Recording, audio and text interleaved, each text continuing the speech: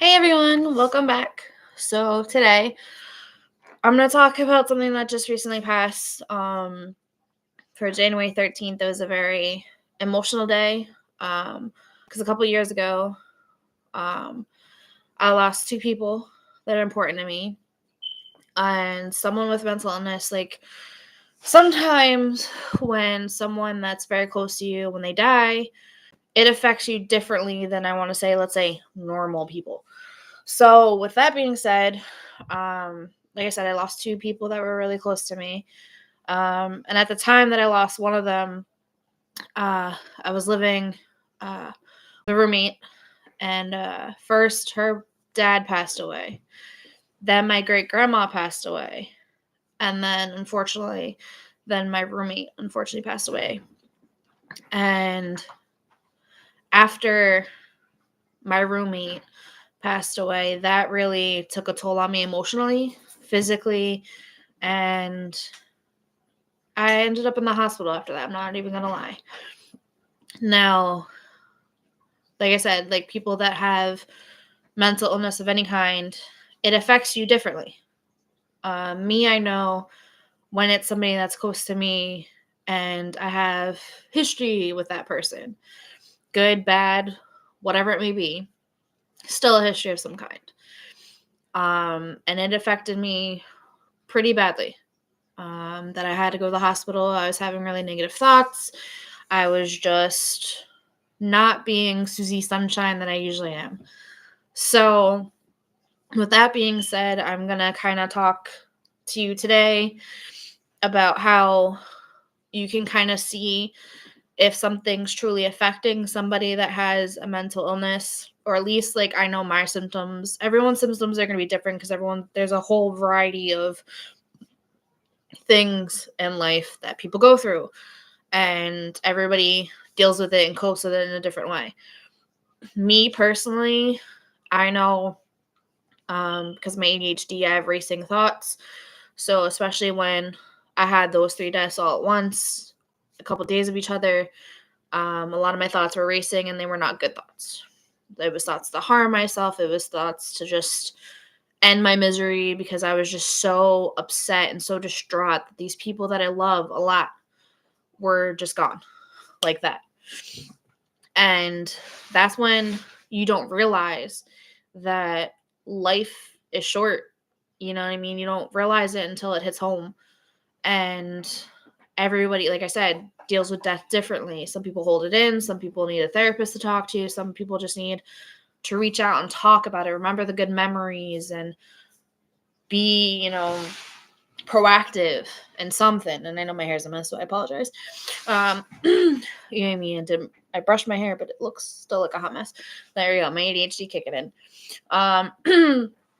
But like I said, like everyone copes different. Me, unfortunately, I didn't cope very well because, like I said, there was three people at once. Um, when I went to the hospital and was admitted for a week, I want to say it was a week. Um, During that time, I know where I went was mostly geared to people that have abuse of drugs and other issues. They really don't gear to like mental health issues in the sense of depression, suicidal thoughts. Yes, obviously, but they're mostly geared toward drug aspects where I went. And every time I go, I learn something new because they have like different therapies. They have a program. Now, most of the program usually is geared toward abuse of drugs, and that's like their main focus where I went. But either way, every time I went to those groups, there's always something I could pull out of it that kind of related to me. And yes, I was there because I had really dark, negative thoughts, dark cloud hovering over me, and I was just in a really bad headspace, and I was just literally to end it all. And it's not a good place to be, obviously, because you always want to think positive. You know what I mean? Like, I've got kids to live for, I have a family that loves me, and granted, like, yes, I have all of that, but at the same time, what's up here is what makes it more chaotic to us. And that's what makes it difficult for us to process because we process things differently than everybody else. We're normal to an extent, but we're abnormal in another sense. And Like I said, I'm not a doctor. This is just me being me, keeping it real. But like I said, like we process things differently in our brain. We have things that are missing that normal people have that can make them functional in certain aspects of their life that we can't necessarily process the same way somebody else does. You know what I mean? And it's hard. It's difficult. And I'm not going to say it's easy because it's not. You know what I mean? But if you get therapy and you get help, you see a psychiatrist if you need one, therapist if you need it, shit, there's a ton of options. You know what I mean? I've been through a bunch throughout my life. I'm 31 years old. I've been through therapy since I was 16. Seen a psychiatrist since I was 16. You know, I need it. There are some things that I need more than others. Yeah, 100%. You know what I mean? But there are other times where there are things that I need less of that somebody needs more of. And I'm not saying my past is good or bad. Either way, it doesn't matter. But like I said, I've had deaths in my family that changed me, either physically, mentally, whatever it may be. And the first death I've ever experienced was after I got adopted. I was really close to my dad's father. In German, we call him Opa. So my Opa I was very close with, and I only had a year with this man. And he changed my life in that year. He was always there to protect me if I was angry at my parents. And like I said, I was already 7.5 years old when I came to this family. And I already had preset mind of who I am, what I'm going to do, because I had 7.5 years with my biological family. So I already had my own set rules and everything that I was raised on. Now coming at 7.5 to a whole different environment, you have issues, clearly, because they are raised a certain way. They have certain things that they want you to do, and they have a certain standard that you have to apply to. And it was tough for a 7.5-year-old that had 7 years of totally different thing. And when I was going through all that, he was kind of like, I don't want to say an emotional support dog, but an emotional support human for me. Like, he was my person, as people say. Anytime I had any issues, I could talk to him for hours and hours. We would talk. You know what I mean? And when he passed, it broke me down. And it wasn't fun. It wasn't good. I felt like I lost my heart in a sense because, like I said, he was the person that defended me with everything. You know, I could always talk to him. He was like my best friend. And he's gone. And I lost him in 2001. And that killed me. And I will be honest, I wasn't the same. I was never the same after that. And it took a very long time of, like, doing what I had to do or thought I could do. And there were times that I couldn't. You know what I mean? And it broke me down. And it still does, just to think about it. You know what I mean? And when I kind of go to his grave, you know, to talk to him.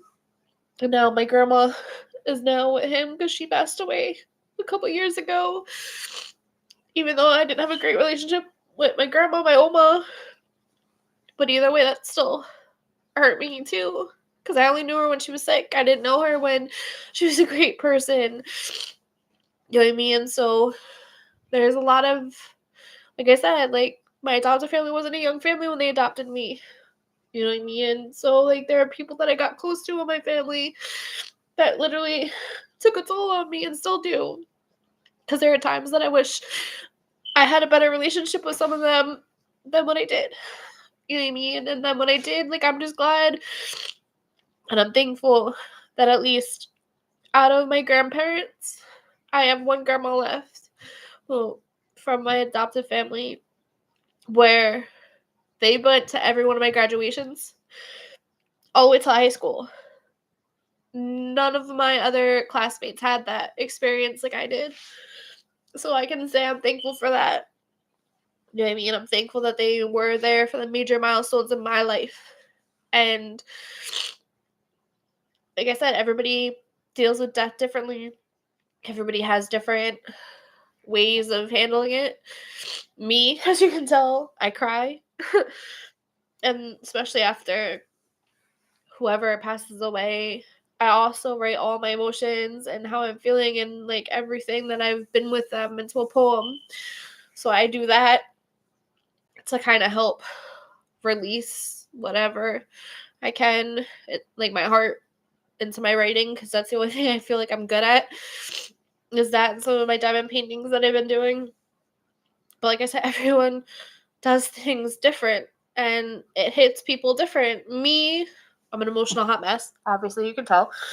So I'm sorry about that.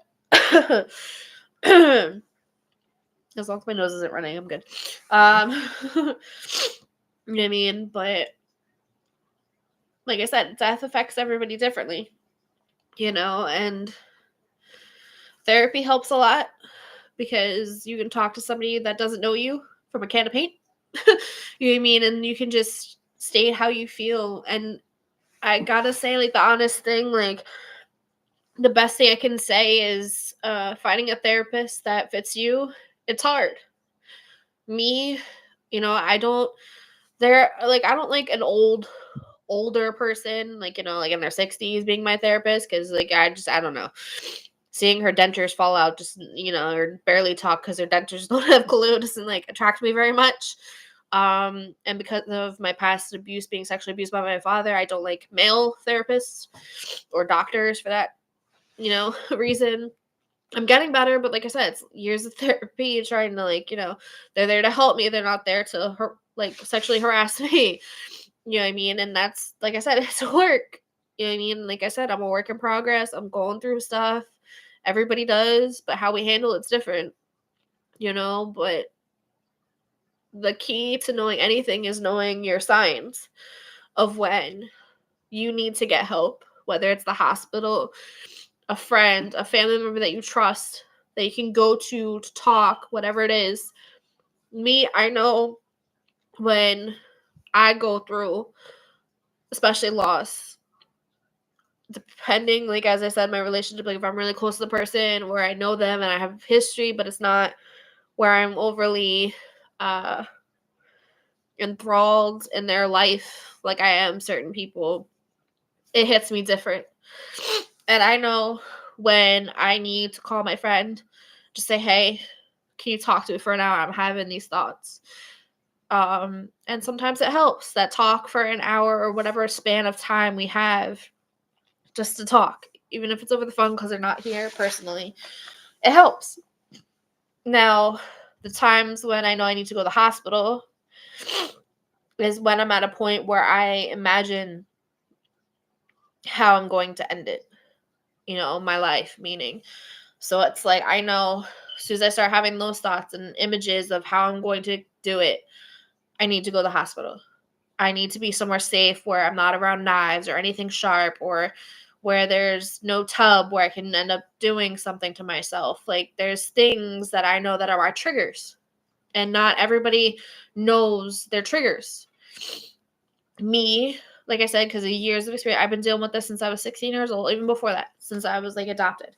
I want to say 7.5, when I noticed there's something not right up here.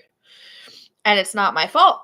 I know it's not, but I have to find ways to make it culpable where I'm not, God forbid, going to be 6 feet under, or cremated is how I wish to go anyway. But either way, I know from my years of experience of dealing with everything in my life that I have to do things a certain way different than other people.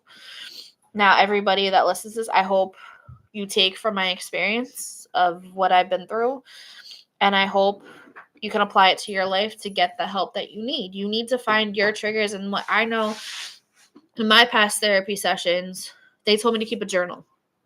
Doesn't have to be a thick journal. It could be a small, tiny journal. It could be even this size. It could be even a pad of paper like this. Doesn't matter. Write down when you're depressed. Write down everything that's going through your mind. You know what I mean? Write it down. Even write the date if you want. You don't even have to. Just write it. Because it's best to release what you're going through than to keep it bundled inside. Because the more you keep it bundled inside, the more it's going to explode, and it's going to explode on people that you don't want it to. You're going to end up hurting yourself and others. And that's not what you want to do. So I suggest writing down your feelings. I like to do it through poetry. You could do it through writing, just like little bullet points, even. Doesn't matter. Bullet points. I'm feeling miserable. I'm not eating, just like stuff like that. Write it down. Then, like I said, if you have a therapist, bring it up at therapy. If you don't, there are free services that are available to you. Google them. There are a bunch that you don't have to pay for. And sometimes, even if you have to, the suicide hotline works wonders. I've called it a couple of times just to talk to somebody. I'm like, I just need someone to talk to. I already have an appointment. I already made an appointment with my doctor, whoever it may be, but I need someone to talk to right now. They're the best that I can offer to you to talk, just to talk to somebody. I'd rather you talk to somebody than take it out in your own hands.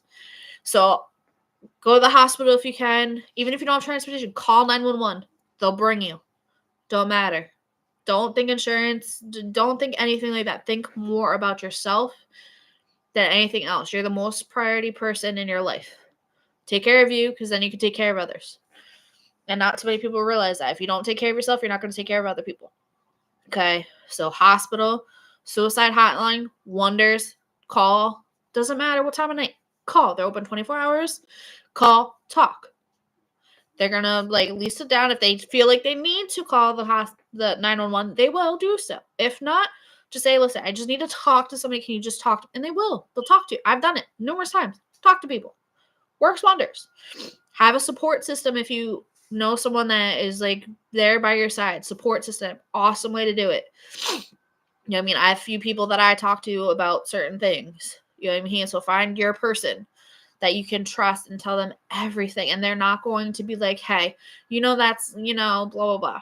Now, if that person feels that you are in a bad space, of course they should take care of you, whether you want it or not, whether you're an adult or a young one. Still go. Do what you can do for yourself. Because like I said, you got to be good for yourself to be good to others. Main priority. Make sure, like I said, that you're taking care of yourself. Because you're important. No matter what anybody says, I don't care what bullies say, I don't care what anyone says. You are important in this world. I don't care what anybody says. You matter. Lives matter. Everybody matters. Don't care if you're purple with white polka dots. Nobody gives a shit.